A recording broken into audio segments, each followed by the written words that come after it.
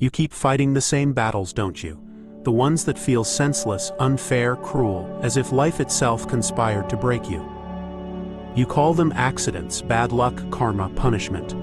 But deep down, a whisper you try to ignore keeps returning. What if none of this was random? What if every heartbreak, every betrayal, every detour that shattered you was not chaos, but choreography? And what if the soul you truly are wrote this script long before you knew how to read it? In this video, we will strip the illusion bare, not to comfort you, but to show you the unbearable truth. You chose this, and the moment you accept that is the moment you finally wake up. The resistance you feel right now, that ache in your chest, that defiant scream of, "I would never choose this pain," is the ego refusing to believe the soul could ever be so ruthless. But ruthlessness is not cruelty, it is precision. The soul does not deal in comfort, it deals in catalysts. It knows that the fastest way to awaken a sleeping god is not to soothe it with lullabies, but to rip away every illusion that convinces it is small. That is why the patterns repeat. That is why the same lessons return wearing new faces. The soul does not abandon its curriculum just because the personality is tired of failing the class. The life you call unfair is the very map you wrote to find yourself. Think about how often your greatest turning points began as disasters. How many times what looked like punishment became permission. Permission to leave what was killing you, to rise where you were meant to stay small, to speak where silence was suffocating you. Yet because the human mind seeks control, it labels anything unplanned as wrong. It clings to the illusion that safety is the absence of pain. The soul knows better. Safety is not the absence of pain, it is the presence of purpose within it. And until you remember that, you will keep mistaking sacred contractions for cruel collapses. If you've ever felt betrayed by life itself, if you've ever screamed into the void, "Why me?" you're closer to remembering than you think. The soul uses resistance as a mirror. The stronger the rejection, the closer you are to the truth that frightens you. The greater the struggle, the nearer you stand to the door you're terrified to open. Resistance is not a sign that something is wrong. It's proof that something ancient inside you is waking up. Do you remember the first time you were deeply hurt? Not the surface wound, but the kind that rewrote how you see the world. It wasn't an accident, it was an initiation, one your soul carved into the fabric of time before your first breath. That betrayal taught you discernment. That abandonment taught you self-sufficiency. That heartbreak taught you unconditional love by showing you its absence. And still, you curse the lessons while secretly embodying the wisdom they left behind. You did not come here to escape illusion. You came here to master it. Every encounter, every wound, every detour is a part of the labyrinth you built to ensure you would not reach the center too easily. Because awakening is not about arriving quickly, it is about remembering deeply. If the path were smooth, you would walk it asleep. But when it breaks you open, when it shatters what you thought was you, something older steps forward. Something that remembers, something that sees, something that no illusion can contain. And this is where the shift begins, when you stop asking, "Why is this happening to me?" and start asking, "Why did I choose this?" The question itself changes your frequency. It pulls you out of victimhood and places you back in authorship. It transforms pain from an enemy into an ally. And in that moment, the illusion begins to dissolve, not because it was never real, but because you have finally remembered that you were the dreamer all along. It always begins with resistance. The mind clenches, the heart contracts, and everything in you wants to run from the reality that the suffering you endured might have been part of a plan. It feels like betrayal to even suggest it, as though the universe is cruel for letting you bleed. But resistance is not the enemy, it is the threshold. It is the trembling moment before truth pierces illusion. Every time you whisper, "I shouldn't have gone through this," you are standing at the edge of awakening. And the louder that voice screams, the more certain it is that something within you is terrified of what lies beyond. Because beyond the resistance is remembrance, and remembrance changes everything. Here's the paradox.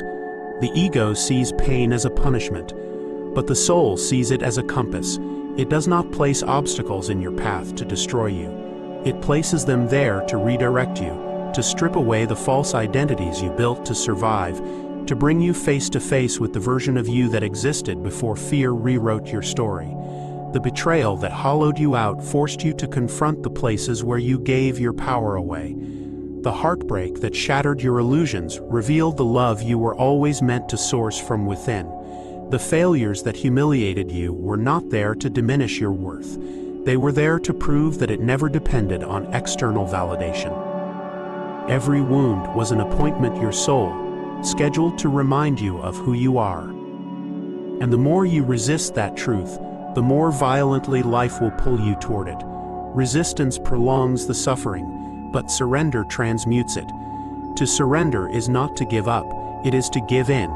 It is the moment you stop fighting reality and begin listening to what it's trying to teach you. It is the shift from "why is this happening to me" to "what is this awakening in me?" And once you cross that threshold, the pain begins to dissolve into something else entirely: purpose. But surrender requires humility.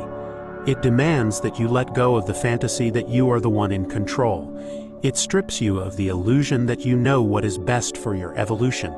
It asks you to trust that even what you cannot understand serves a higher intelligence woven into the fabric of your being. And that trust does not come from the mind, it comes from the soul's memory. Because deep down, beneath the noise and the narratives, you know this is not your first time navigating chaos. You have done this before, across lifetimes, across dimensions, across dreams. And each time you have chosen precisely the conditions that would bring you back to yourself. Resistance transforms into acceptance the moment you stop trying to change what is and start allowing it to reveal what is meant to be.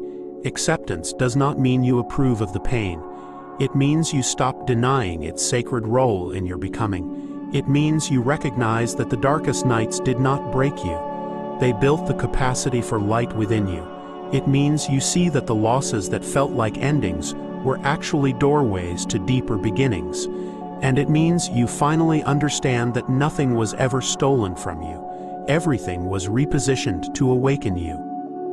When you accept that the chaos was choreography, something extraordinary happens.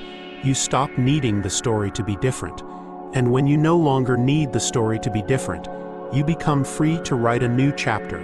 This is the moment where awakening becomes mission, because the very pain you once cursed now becomes the bridge through which you serve.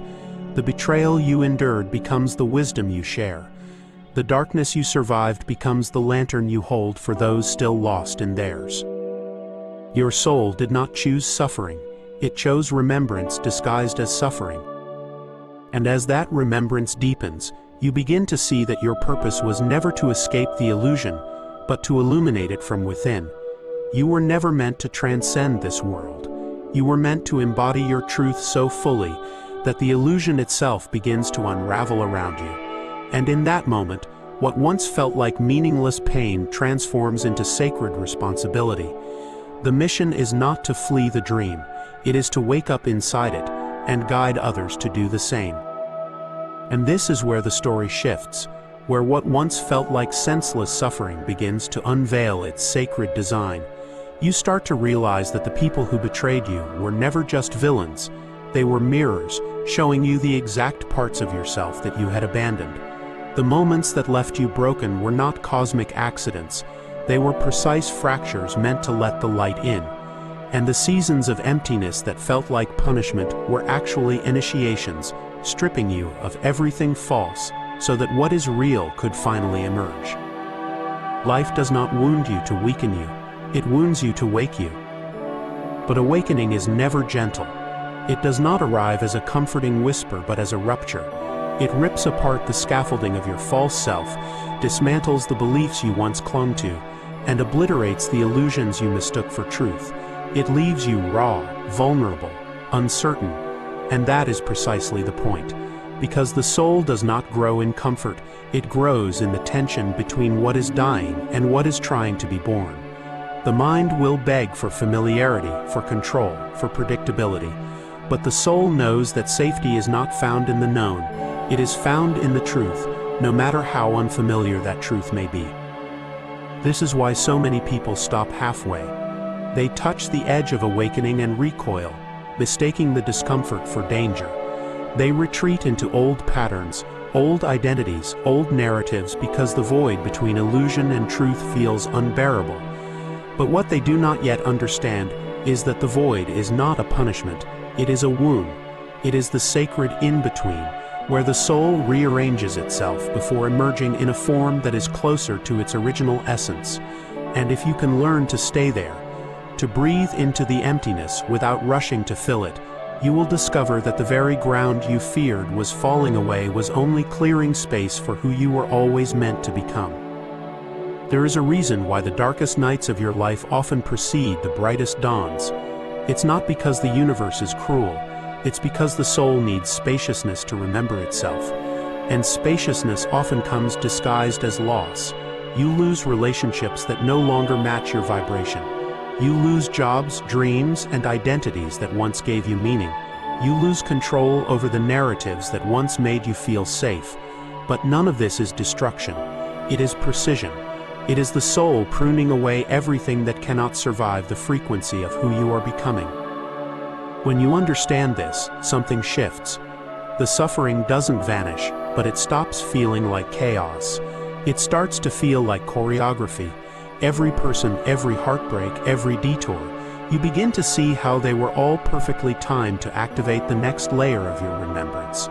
You see how the moments that shattered you also shaped you, how the betrayals that broke your trust also built your discernment, how the failures that humiliated you also refined your strength. And suddenly, life stops being something that happens to you and becomes something that is unfolding through you. The soul does not seek comfort. It seeks coherence with what it truly is. And this coherence demands that you release everything that is not aligned with your essence, even if that means walking away from who you thought you were. It demands that you stop fighting the present moment and start collaborating with it. It demands that you trust that nothing is missing, nothing is broken, nothing is wasted, because every detail of this illusion was chosen with purpose. And the sooner you stop resisting it, the sooner it will reveal why it's here. Now the question becomes, what would happen if you stopped trying to fix your life and started trying to remember it? What would happen if you stopped begging for meaning and started realizing that meaning was woven into every breath you take? What would happen if, instead of running from the illusion, you leaned into it, not as a trap, but as a classroom?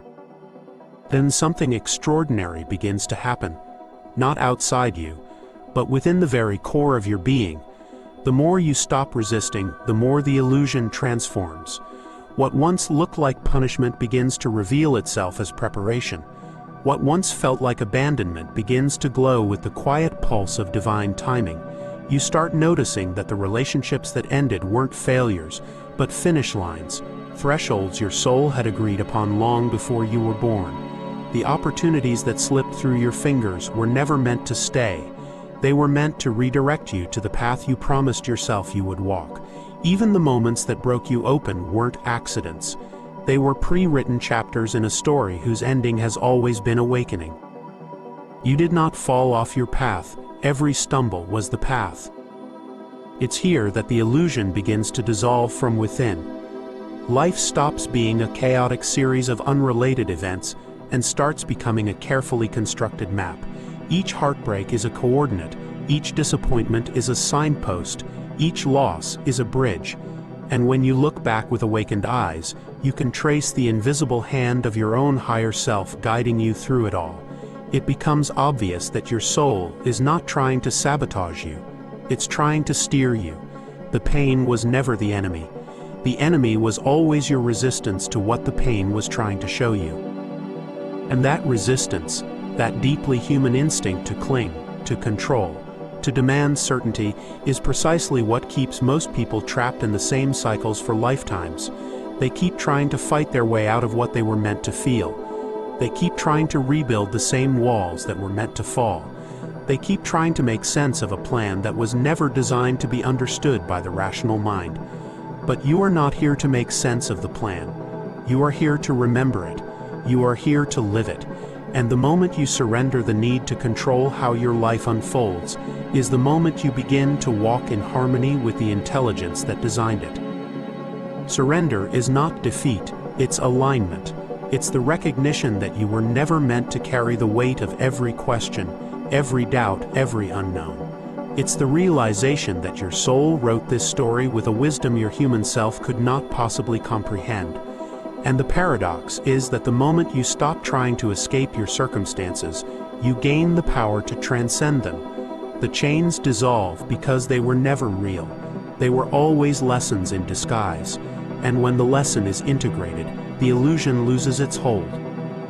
This is where remembrance deepens into embodiment. Awakening is not just an idea, it's a way of walking. It's choosing trust when the mind screams for control. It's choosing curiosity when fear demands certainty. It's choosing to stay open in the face of loss, knowing that nothing real can ever be taken from you. It's choosing to see every moment, even the ones that ache, as part of a sacred choreography that was crafted with love. And with every choice to align with that truth, the illusion unravels a little more. The moment you stop running from your life is the moment it starts revealing why you're here.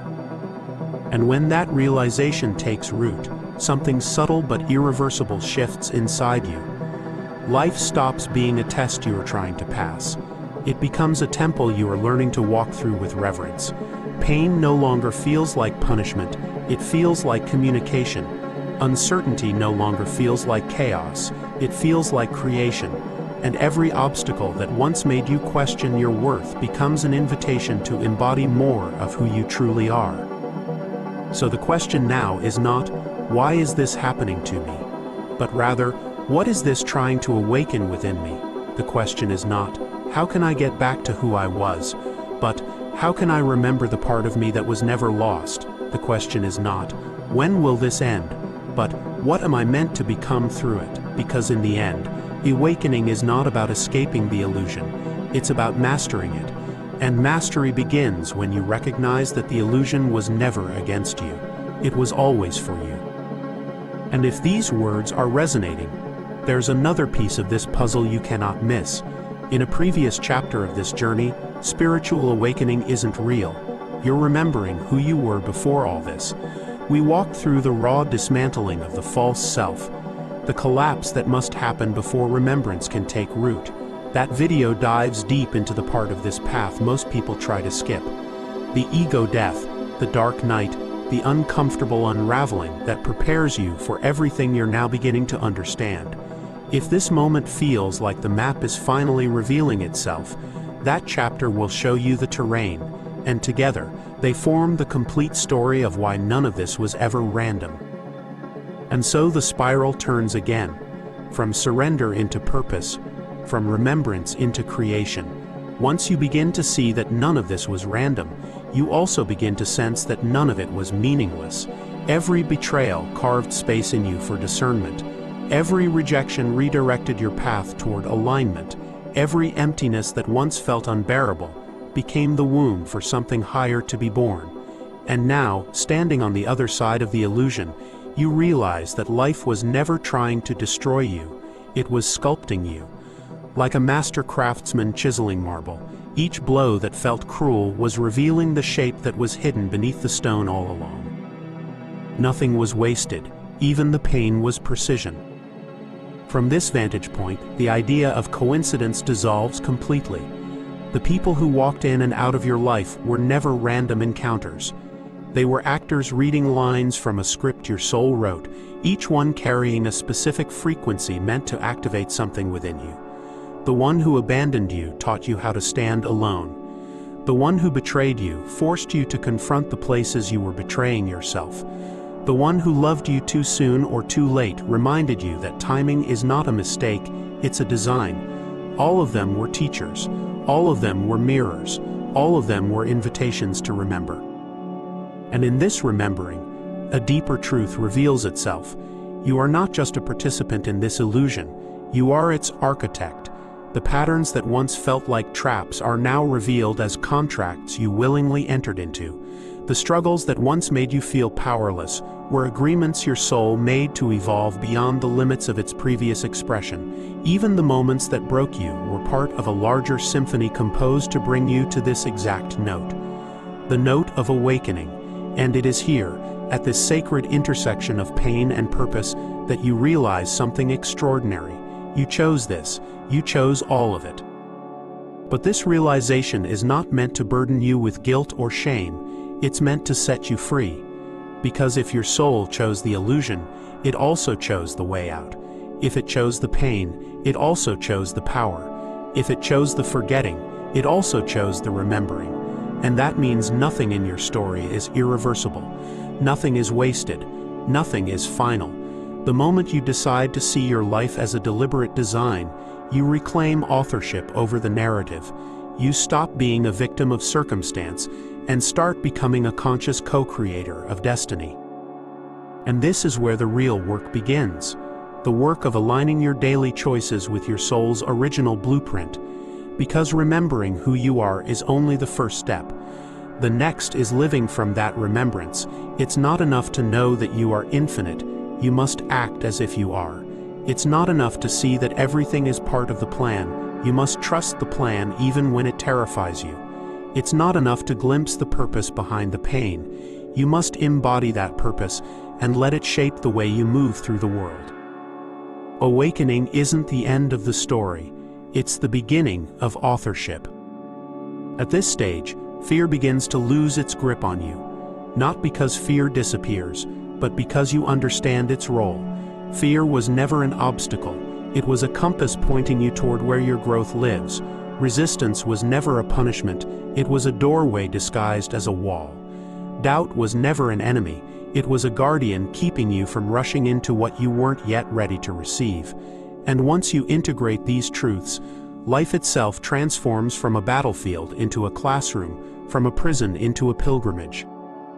And perhaps the most profound realization of all is this: the plan your soul wrote was never about achieving perfection. It was about remembering wholeness. It was never about escaping the illusion. It was about waking up within it. And the awakening you once thought was a destination is revealed to be a cycle, a spiral, a living journey that never truly ends. Because as you remember who you were before all of this, you are also remembering who you are becoming beyond all of this. And that, perhaps, is the most sacred mystery of all. Then something subtle shifts. The awakening stops being about you. It stops being a personal pursuit for peace or enlightenment and begins to reveal itself as something far greater, a mission encoded into your very existence. Because once you remember who you are beneath the masks and programs, the next question inevitably arises: why are you here? And that question is not meant to torment you, but to activate you. The illusion was never just a maze you were meant to escape. It was a training ground preparing you for what you came to become. This is the moment when life ceases to feel like something happening to you and starts to feel like something happening through you. You begin to notice the invisible threads that connect your story to the stories of others. The way your healing ripples outward into the lives you touch. The way your smallest choices create cascades of change in people you may never even meet. This is when my purpose transforms into our evolution. It's when you stop searching for a personal reason to exist and start living as an instrument of something far vaster than yourself. You were never meant to find the meaning of life. You were meant to embody it. And perhaps this is why the soul chooses the illusion in the first place. Because without it, you could never become the version of yourself capable of carrying the mission you came here to fulfill. Without loss, you could not understand compassion. Without betrayal, you could not wield discernment. Without loneliness, you could not become the bridge that reconnects others to love. Every wound that once felt like a setback is now revealed as sacred preparation, the chiseling that carved you into the vessel you needed to be. It's here that destiny stops being a distant concept and starts becoming a living conversation between you and the universe. Every intuition, every synchronicity, every inexplicable pull towards something unknown, they are not random. They are instructions. They are the language of the mission trying to speak through you. And the more you trust that language, the more the illusion itself begins to respond. The people you meet are no longer coincidences. The challenges that arise are no longer curses. They are coordinates on the map your soul wrote long before you were born. And yet there's a paradox here too. The mission is never really about accomplishing something. It's about becoming someone. It's about living as the truth you once only sought to understand. The destination isn't a title, a legacy, or a measurable impact. It's the quiet knowing that you are fully aligned with the deeper current that has always been carrying you. And in that alignment, even the smallest act becomes sacred. A word spoken with integrity, a hand extended in kindness, a decision made from courage instead of fear. These are not trivial gestures. They are ripples of eternity made manifest. The purpose of awakening is not to escape the world, but to redefine it. And so the final veil lifts, and you understand, awakening was never meant to be a solitary achievement. It was meant to prepare you to serve. The illusion you once cursed for its cruelty was the very forge that shaped you into the one who could carry light into its darkest corners. The pain you once tried to escape was the fire that tempered your soul into strength. The questions that once haunted you were the very compass that guided you back to truth. Now you stand not as a seeker, but as a beacon, not as someone lost, but as someone found, ready to illuminate the path for others still wandering in the dark. And in that moment, the mission stops feeling heavy. It stops feeling like responsibility. It becomes joy, the joy of being exactly where you were always meant to be, doing exactly what your soul designed you to do. There's no longer any need to prove, to strive, to earn. You're no longer chasing purpose, you are purpose. And the illusion that once confined you becomes the canvas upon which your soul paints its masterpiece. And this is where the journey circles back to where it began. Yet nothing is the same. You return to the same streets, the same conversations, the same mirror, but you are no longer the one who walked them. The self that was desperate for answers has dissolved, and in its place stands something ancient and unshakable. You realize now that the mission was never about finding the light, it was about remembering that you are the light, and that you chose this world not to escape its shadows, but to illuminate them from within. The soul does not descend into matter by mistake. It does so with intention, precision, and profound love. It chooses limitation so that expansion can be experienced. It chooses forgetting so that remembering can feel like homecoming. It chooses separation so that unity can be rediscovered, not as an idea, but as a visceral, lived truth. And every heartbreak, every disappointment, every loss that once seemed meaningless is revealed as a thread in a far greater tapestry, one woven by the part of you that never forgets who you are. You are not here to escape the illusion. You are here to master it. Mastery does not mean control. It does not mean bending reality to your will or transcending suffering entirely. It means dancing with the illusion so skillfully that even its heaviest moments become expressions of grace. It means walking through chaos without losing your center and meeting darkness without dimming your light. It means realizing that even in the moments you felt furthest from yourself, you were never truly off course. You were always being led deeper into the heart of remembrance. And when you look back now, the puzzle pieces align.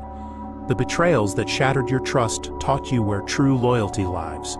The failures that broke your confidence stripped away false identities. The loneliness that felt unbearable carved out space within you for divine presence to dwell. Nothing was wasted, nothing was random. It was all choreography, a cosmic curriculum designed to awaken you, step by step, from the dream of separation.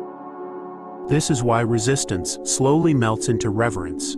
You no longer curse the illusion for its cruelty, because you see now that it was never against you. It was for you, an intricate maze designed by your higher self, not to punish you, but to reveal the strength, wisdom, and love that could only be born through experience. The soul does not come here to suffer for suffering's sake.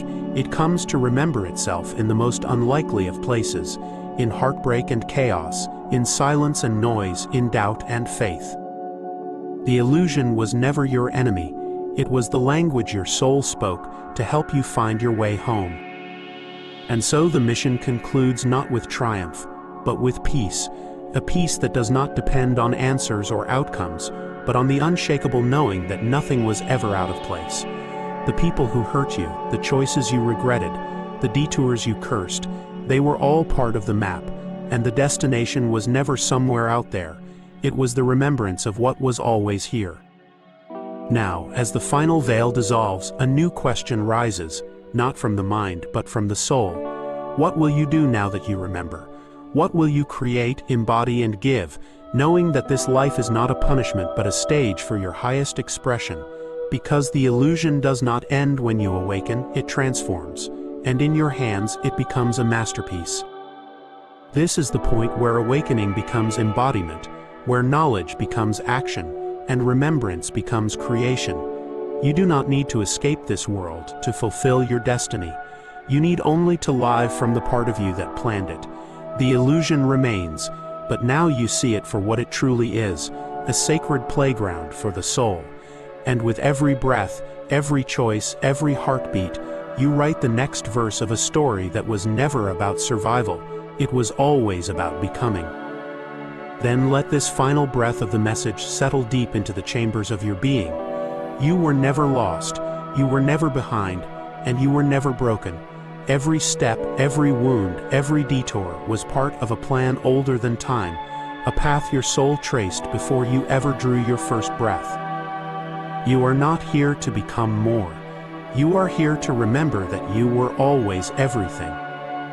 So when the illusion rises again, when fear whispers, when doubt creeps in, when the noise of the world tries to drown out the quiet call of truth, pause, close your eyes, and feel the pulse beneath the chaos. That is you. That is eternity wearing your name. That is the part of you that chose this story not to survive it, but to awaken through it. Because the truth is this, the illusion will never truly disappear.